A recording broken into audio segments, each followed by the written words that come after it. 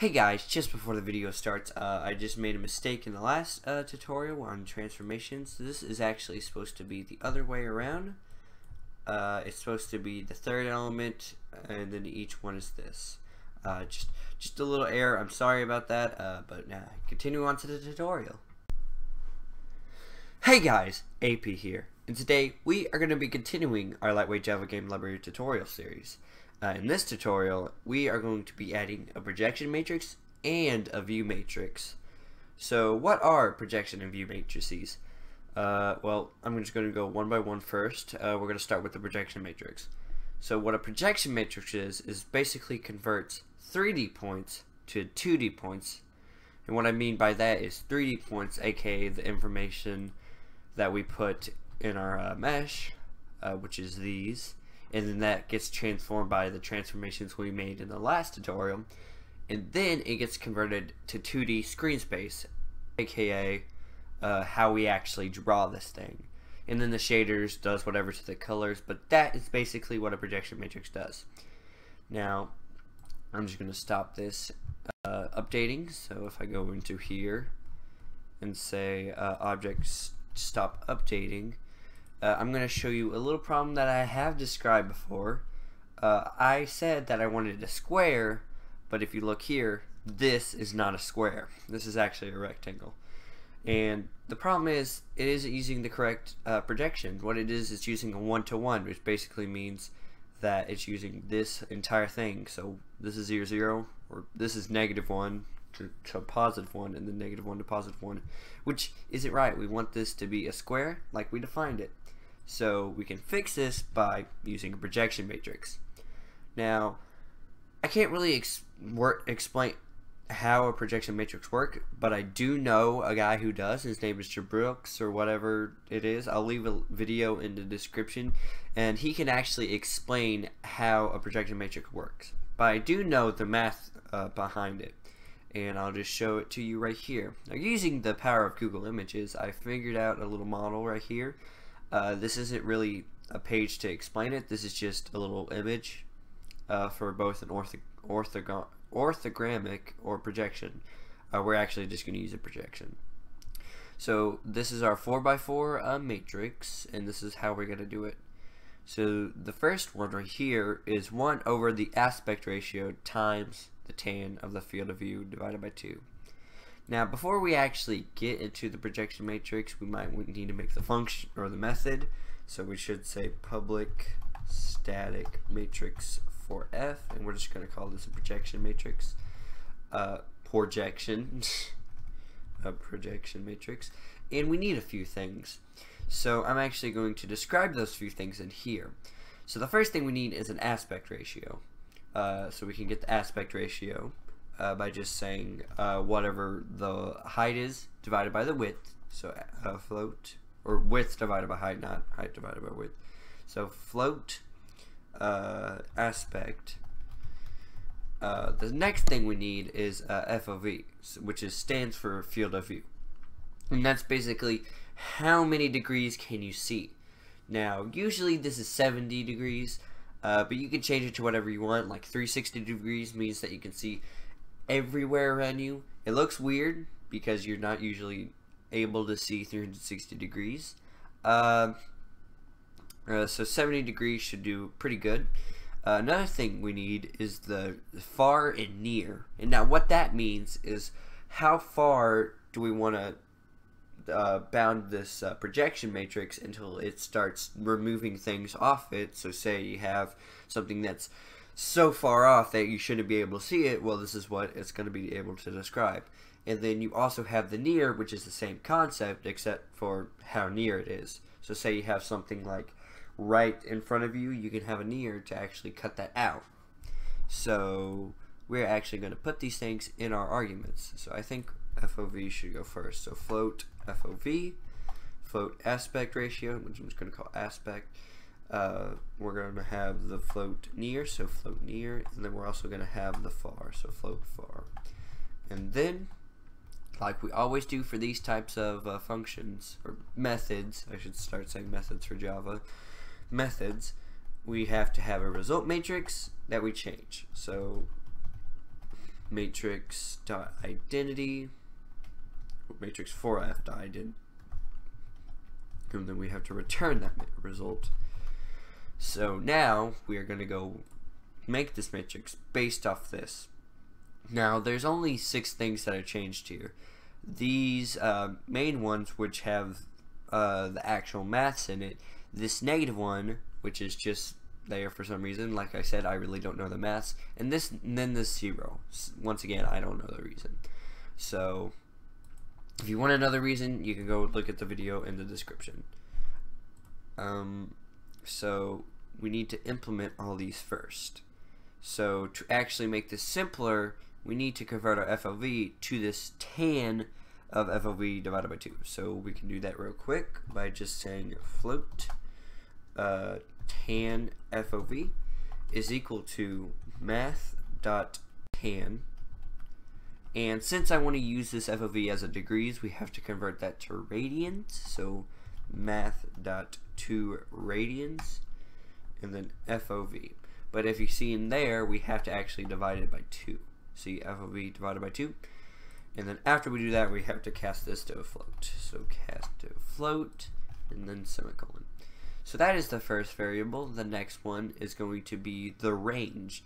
So as you can see here, there's a little 2 variables right here.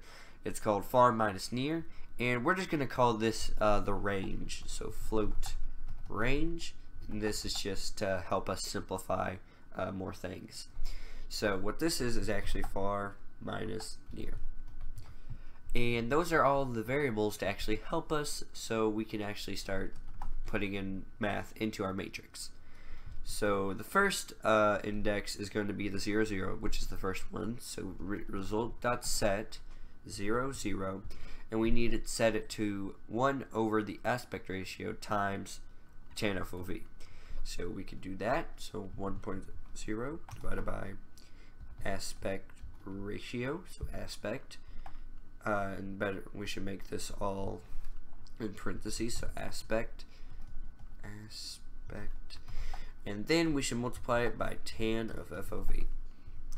And so that is the first element. The next one is in 1, 1, where we have basically that, except we don't have the aspect ratio for this. So result.set 1, 1.0f divided by tan FOV. The next one is going to be in 2, 2, and it's the far plus near over far minus near, and then we have to have a negative sign. So we need to say result.set 2, 2, and then in here we're going to have ourselves a negative sign, and then we're going to have some parentheses. So the first thing we need is the far plus near, so far plus near, and then that is divided by the range, so range. So that is for our third one. Our fourth one is going to be here, which is 3, 2, and it's similar to that except we multiply some stuff. So I'm just going to copy that, and I'm going to say 3, 2 instead. Instead of adding, we just have to multiply 2 times far times near. And with that, we also need this -1 and 0, because with the identity matrix, this is going to be 1, but if it's a 1 for this one, it's not going to work. So we have to set that to 0. So we can do that by saying result.set 3, 2, 0. And then just for organizational purposes, I better put this one here. So results.set to 3 to -1.0f. So yeah, that is actually our projection matrix all done. So let's actually implement this into our shaders. So let's go into our renderer.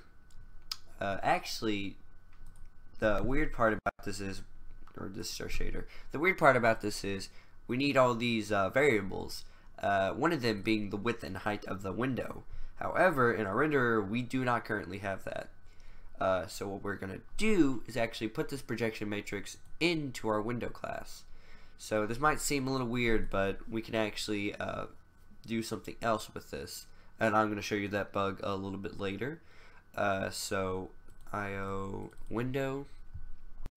Then after all this, we can say private matrix for F projection, and then go into our create, and where we can actually just do it in the constructor. Import matrix. And I also got a question about why we're not using the lightweight Java game library X. This is actually a package in the Slick utils. And this is where they actually demoed some stuff and where they made like some games to show off lightweight Java game library. We actually do not want this, because if we use this, then it doesn't have it doesn't even have the projection matrix maths in there. It doesn't have the transformation. It only has set like a bunch of weird stuff like add. Why would you add a matrix? So we're just gonna use the one we made now. So now that we have the projection in our constructor, we can say projection is equal to matrix for F dot projection. Now, like I said when I was explaining what a projection matrix does, we usually are going to use 70 FOV. You can change that, or you can make like a little variable for it. I'm just going to keep it at 70. The aspect, like I said, is going to be the width and height, but we better cast this to a float, because both the width and height is integers, and if we divide integers together, you're going to get to your floating value or floating point cutoff. We don't want that, so we're just going to cast these to float. So float width divided by float height. And then near, these could be as whatever values. Near, you can have 0.1, and far we can have 1000. It doesn't matter what these are. Just make sure that they're not too big or too small to not be able to see something. And so there is our projection matrix all done. Since we have a private one, we should get a getter for this. So go all the way to the bottom where all of our getters are. We could just say source, generate getters, select getter, or not even do that. Deselect all. Where's projection? Projection, but only the getter. Generate. So there we go. Get projection. I probably should call this matrix. So get projection matrix. And now in our renderer, we should be able to take in a window class. So window. So import window. Let that all import. Choose our window, and then we can say, or we have to actually add that window into our window or our renderer constructor. So window. So with all that, we can actually add this to our shader. So similarly, how we did in the model, we should add ourselves into the uniform for the projection. We're just going to call it this projection. So I'm just going to sort these things around. Usually you would have your matrices first, just for better organization. And for this, you have to put this in a specific order. So if you ever heard the MVP matrices, it's basically what we're talking about. What order you should multiply your matrices. Because if you don't put it in the right order, you're going to get it wrong, basically. So you can have it backwards or forwards. It doesn't matter that order, but you better put them in the projection, either MVP or PVM. So I'm going to put them in PVM. So we better have our projection matrix here. And then when we get our view matrix in, we're going to put this in the middle of it. And so now we have our projection matrix in our shader. We should set that uniform into when we render our object. So shader.set uniform matrix. The name, like we said in there, is projection. And then the value is going to be the Windows projection matrix. So if we do that, window.get projection. Oh, I never set the window. Private window. This dot window is equal to window. Window. And so now we can actually set the projection matrix. Window dot get projection matrix.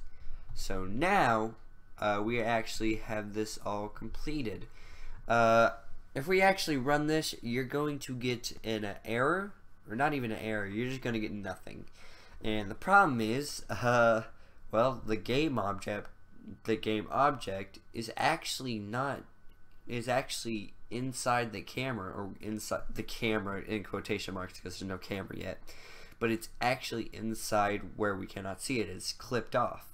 So what we can do is we can actually just move this back one. And since going into the screen is negative, we should put this as -1. Now if we run this, we should be able to actually see a perfect square, which is actually what we want. This is actually the square we wanted from the beginning, actually realized. As you can see, it's sort of looking correct. I can't really tell for right now, but we can tell if we move the object backwards. So in the update temporary, we can just say the set X to go backward every frame, or set Z, sorry, not set X, set Z. So we can do that weirdly because we don't have any math in the vector, and that's what the next tutorial is going to do. It's actually going to finish up all the vector classes and all the Matrices classes, get that all finished. So we can do position.getZ, and then we can just say minus 0.1, because minus, let's do 0.5, and because minus is going backwards, F. So now if we run this and we actually say update this time, we should just get a square flying backwards. There it goes. Look off, the square is going, and it's actually going correct. The Z's correct. So there we go. Now the Z it's flying off slowly but steadily. But yeah, now we have that working. We can actually do some more things like a view matrix. So a view matrix is actually much more simpler than a projection matrix. It's actually kind of similar to a transformation matrix, except for the camera. So let me go back to the matrix 4F class, and let's actually create a view method. So public static matrix 4F view. And what this will contain, it will contain two vectors, one for the position of the camera, so position, and one for the rotation of the camera, vector 3F rotation, if I can type. So import that. Actually, you don't have to import it like I said in the last tutorial because it's in the same package. So how I say it's similar to the transformation matrix, it's actually just like a copy and paste. So where you're just going to copy all this, actually copy all of it, and place it in the view, except we don't need any scaling because there's no such thing as scaling in the camera unless you stretch it out or zoom it in, or actually that doesn't exist in games. So there we go. So the only difference here is how we do the translation matrix. Let me just get rid of this extra rotation, or this extra multiplication. So instead of translating it by the positive, we're going to do it by the negative, because the camera, if you move to the left, the entire world, like all the objects in the scene, is supposed to be moving to the right. So if you move the camera left, everything goes to the right. If you move everything to the right, everything goes to the left. If you move forward, everything goes towards the camera. If you move backwards, everything goes away from the camera. So basically everything is negative. So to do that, we are just going to say we're going to get a new vector, so vector 3F. We're just going to call this negative, and we're just going to set this to a new vector 3F, and then we're going to give it the position values, except make it negative. Now I could go into the vector class and make a function for that, make it like the reverse function, or the negate function, I don't know, but I'll probably do that in the next tutorial, where we finally finish up these or not finish them up, but make it to where we can use them for these types of like adding, subtracting, and all that. So now that we got the negative, we can actually translate it by the negative instead of the positive position. So there's also a little difference here for the view matrix. Because it's if it's negative, we actually have to multiply these backwards. So instead of going XYZ, we go ZYX. So just change this order. So Z, Y, and X. Just a little weird for some reason. I don't know why, but we do that. Yeah, that is the view matrix. So to finish this up,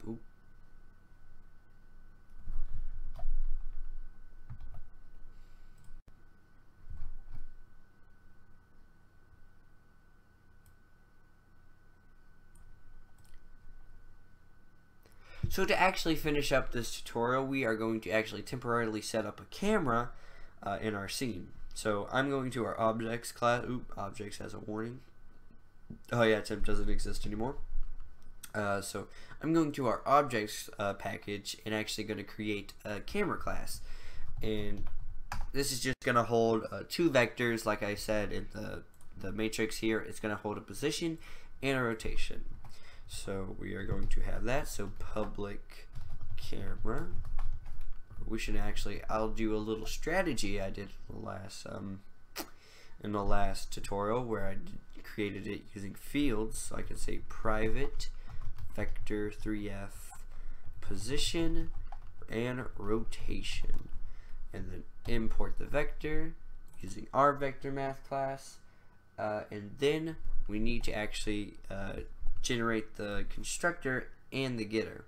So generate getters and setters, select getters, and then after that we get the constructor using fields. So source, generate constructor using fields, use both of them. There we go. And then get rid of the super because we don't have any parents for this. And now we can go into our main class and actually create a camera. So go into, just do it right below this game object, public camera, and that's equal to a new camera. And I'm just going to default it to 0, 0 for all that. Just new vector 3f 0, 0, 0, new vector 3f 0, 0, 0. And then import class, or import the camera, not the, yeah. Oop, did I import? Yeah, I did import it. Okay, and then when we render a mesh, I'm going to add the camera object in here. This is of course temporary. This is not how we're going to actually render our scene. We're going to do it in a better way, and we're going to call that batch rendering, but we're doing that in a later tutorial. Not right now because it's 11:30 at night. I probably shouldn't be recording this tutorial, but I finally figured out how to do the projection matrix, and I needed to get it off my get it out of my brain before I forget how to do it and mess up the later tutorials. So now that we got the camera in here, we can actually load that to our matrix. So like always, we're gonna add a uniform called a map4 to a view. As you can see, MVP, like I said before. And like I said before, we need to actually put this in the middle to make this PVM, or MVP if you look at it backwards. So that is going to be our vertex class, mostly complete for a while. Until we get to lighting, that's actually going to be it. So shut up, Discord. That is my Discord. Do not check your Discord. Yeah, so now that we actually need to load this, we can just say shader.set uniform. If I can actually type, so set uniform matrix 4f, our view matrix, matrix 4f dot view, and then we need to get the camera position. So camera.get position and camera.get rotation. So there we go. Camera.get rotation. And that's going to be actually quite easy. I'm going to get rid of our update method again, because I'm actually going to get rid of it for good, because that's the last of our temporary update. And nothing should change. You should just see a normal screen. However, we can actually change the order of this. We can set this to be at 0, 0, and we can set this camera to be at 1. Meaning, it looks the same, but this is at the origin, and this is 1 away from it. That is actually going to be it for this tutorial. If you liked the tutorial and it helped you, please leave a like. If you want to see more tutorials, make sure to subscribe. The next tutorial should be about finishing the math classes, as I say. Getting all these cool functions in there, actually doing something with the vector classes instead of just for storage. We can actually do adding, subtracting. We have a temporary add, but who cares about that? So yeah, that is it. Going to see you guys later. Bye.